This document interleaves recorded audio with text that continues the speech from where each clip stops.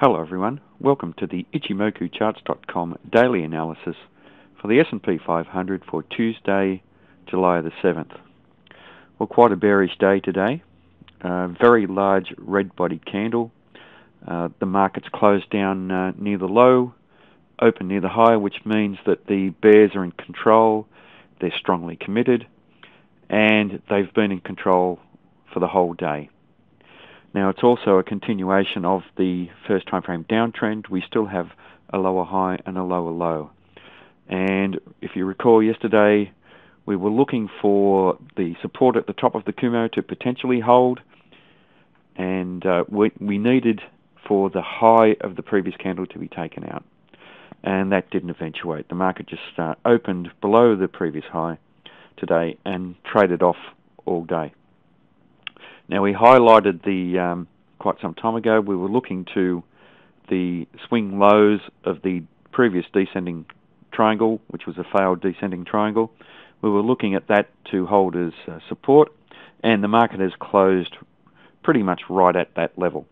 It's traded down to that level and has held. Now, there wasn't any buying coming in though when the market traded to that level, so a test of this support level tomorrow will be very, very important for the market.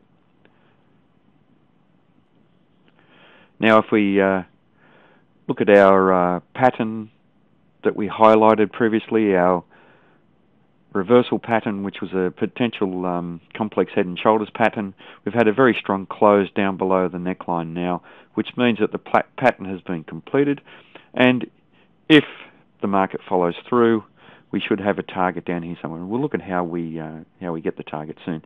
So just looking at the pattern, here we have a complex left shoulder, a head, and some sort of a complex right shoulder. Now the target for the pattern is worked out by taking the height of the head down to the neckline and projecting that value from the breakout.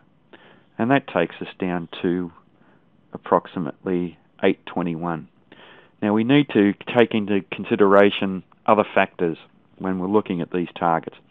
Obviously, the first thing that we will be looking at for this downside move to follow through is that we take out the current support that we're at. So the market is very, very bearish, so there's a very strong chance that we'll take it that support. Then we have support from this previous swing low, which is at roughly 847, and then following that we have support down here at 826, which pretty much coincides with roughly with the target that we've got from the pattern, which is roughly 823. Now we need to bear in mind also that we'll have support anywhere through the cloud, through the Kumo. So that's anywhere from where the market's trading now down to roughly 840, roughly 842. And as the market trades day by day by day, that support of the Kumo will actually get higher and higher. So the support area will be moving higher. We have a dynamic support area with the cloud in Ichimoku charts. Now, with regard to our Ichimoku indicators, we're trading within the cloud now. We were previously trading above the cloud for quite a long time, so we've had a decent change of sentiment in this market now that we're trading within the cloud. So it was right all the way back here that we were trading within the cloud and previously below the cloud. So now that we're trading within the cloud, it means that the market is neutral.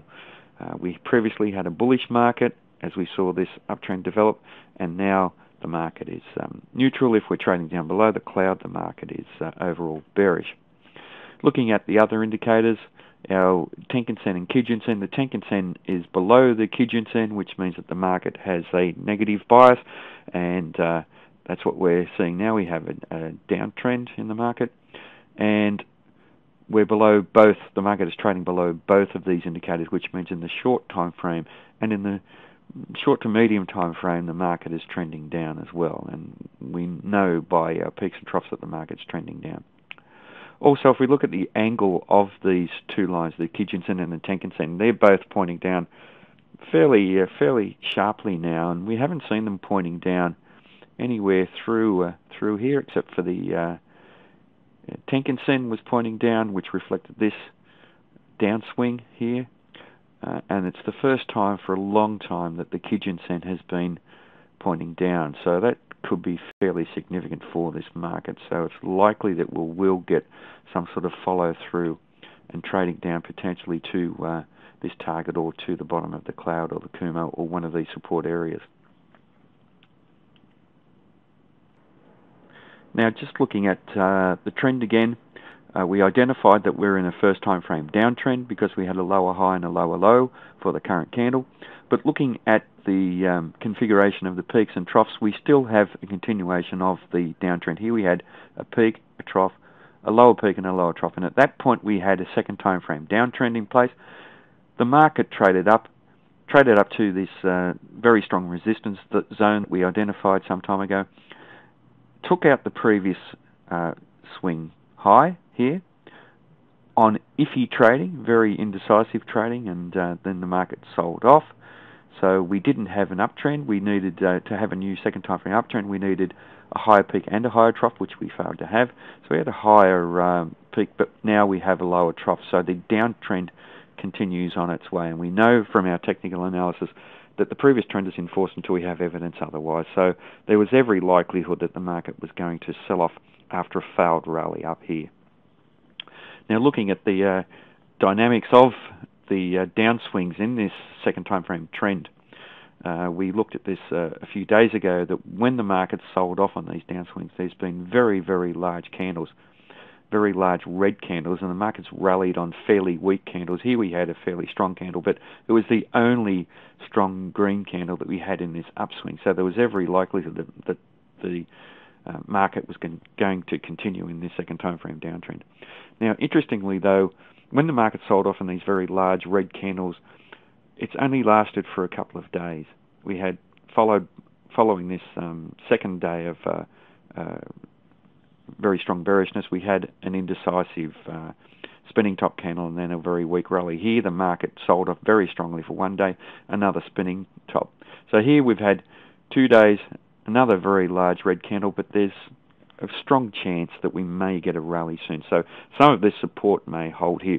Overall though, the overall probability is though that the market will continue to sell off. But if we do see an indecisive candle as we've identified here, something with a very small body and a shadow on the top and the bottom, then there is a strong chance that we might get some sort of a rally here, but we need to wait for confirmation of that anyway.